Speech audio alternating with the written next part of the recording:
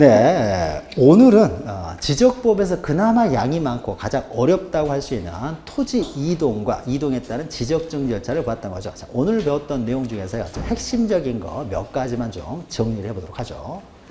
자, 1번 보시면 이제 등록 전환과 관련해서 시험에 잘 나오는 내용 중에 하나예요. 자, 그래서 등록 전환을 하는 경우, 자, 임야도에서 지적도로 옮겨 등록할 때요. 임야대장 이미 면적이 등록돼 있지만은 이것을 지적도에서 다시 측정을 한다는 거죠. 그러면 그때 지적도에서 다시 측정한 면적을 등록 전환될 면적이라고 합니다. 그럼 등록 전환될 면적과요, 이게 다시 측정을 했더니 오차가 있다는 거죠. 그럼 오차가 발생하면은 임야대장의 면적은 임야도에서 한 것이고 등록 전환될 면적은 지적도에서 한 것이니까 항상 이게 정확해요. 그래서 오차가 허용 범위를 초과하든 초과하지 않든 언제나 등록 전환될 면적을 등록 전환 면적으로 결정합니다. 다만 오차가 허용 범위를 초과했을 때는요, 등록 전환될 면적을 등록 전환 면적으로 하면서 기존에 있는 임야대장의 면적이나 경계가 잘못됐다는 의미이기 때문에 이런 경우는 직권으로 정정을 한다는 거죠. 근데 만약 오차가 허용 범위를 초과하지 않으면요, 이게 그렇게 잘못된 건 아니기 때문에 정정할 필요는 없고요. 정정은 초과했을 때만 정정을 한다는 것이죠. 요 내용 등록 전환에 있어서 면적 결정 방법 좀 기억하시면 되고요. 그 다음에 또 하나는 이제 합병이죠, 합병. 그래서 합병은 이제, 합병이 등기와 관련돼서 합병을 할 수 있느냐 없느냐와 관련돼 가지고요, 우리가 이런 경우에는 합병할 수가 있습니다. 다시 말해서 소유권 등기만 돼 있어요. 소유권. 그러니까 소유권. 그러니까 두 토지가요, 소유권 등기만 돼 있어요. 그러니까 둘 다 갑이 소유권만 가지고 있어요. 그러니까 소유권 등기만 돼 있으면 합병하는데 지장이 없지만은요, 만약에 한 필지라도 을이라는 사람의 소유권에 대한 가등기가 돼 있다든지, 가압류가 돼 있다든지, 처분금지 가처분 등기가 돼 있다든지, 환매특약 등기가 돼 있다든지, 이러면 어떻습니까? 이때는 합병을 못 하는 거죠. 이때도 합병해버리면 어떻습니까? 이 사람이 환매권을 행사를 못 해버리잖아요. 한 필지 일부는 소유권을 취득할 수 없으니까. 그래서 소유권에 관한 가등기, 가압류, 가처분, 환매 이런 거 없이 오로지 소유권만 등기됐으면 합병할 수 있고, 소유권에 관련된 다른 등기들이 이렇게 있어버리면요, 합병을 못합니다. 그래서 소유권에 관한 등기만 있으면 합병할 수 있고요. 또 소유권 이외의 권리와 관련돼서는요, 용의권이 설정되어 있으면 또 합병할 수 있는 거죠. 그래서 저당권이 설정되어 있으면 합병할 수 없고, 용의권 등기만 되어 있을 때는 합병할 수 있고요. 특히 지역권과 관련돼서는 요역지면은 합병을 못하고요, 승역지였을 때만 합병할 수 있다는 거죠.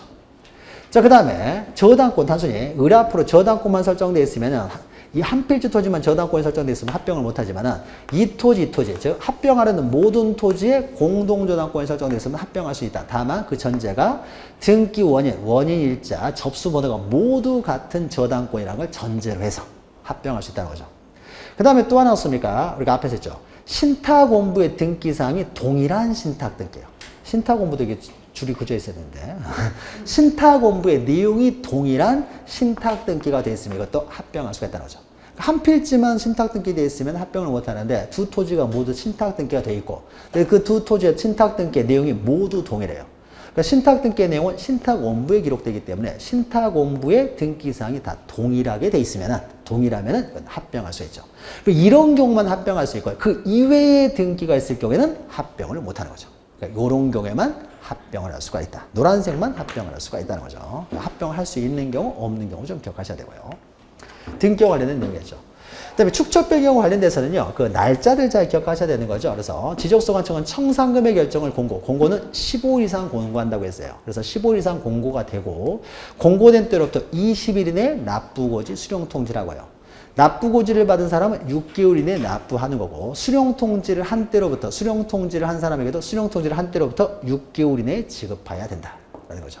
근데 이게 어디 있는지를 모르면 이제 공탁할 수 있다는 거죠. 공탁할 수 있다. 그래서 그 날짜를 잘 기억하시고요. 자, 그 다음에 등록상 정정과 관련된 것이죠. 직권으로 정정할 수 있는 사유로서 가장 중요한 것이 토지 이동 정리 결의서와 다르게 정리된 경우. 이 토지 이동 정리 결의서 대신에 측량 성과도와 다르게 정리된 경우. 이것도 마찬가지죠. 측량 성과도 다르게 정리된 경우. 이렇게 옮겨 적는 과정에서 다르게 정리됐을 땐 직권을 할 수 있고요. 또 면적의 증감이 없이 경계의 위치만 잘못됐을 때는 직권을 할 수 있다. 면적 증감을 수반해버리면 이건 직권으로는 못하고 신청해서만 가능하고, 그때 신청을 할 때는 면적이 줄어드는 사람, 그 이해관계는 승낙서도 가지고 와야 된다라는 거죠. 이거 기억하시면 되고요. 자, 마지막으로 그 통지하는 시기죠. 그래서 지적정리가 됐으면은 등기 촉탁이 필요하면 등기 촉탁을 하고, 그러면은 등기 촉탁을 했다는 사실까지 포함하여 이제 지적 정리 결과를 토지 소유자 등에게 통지하는 기간이죠.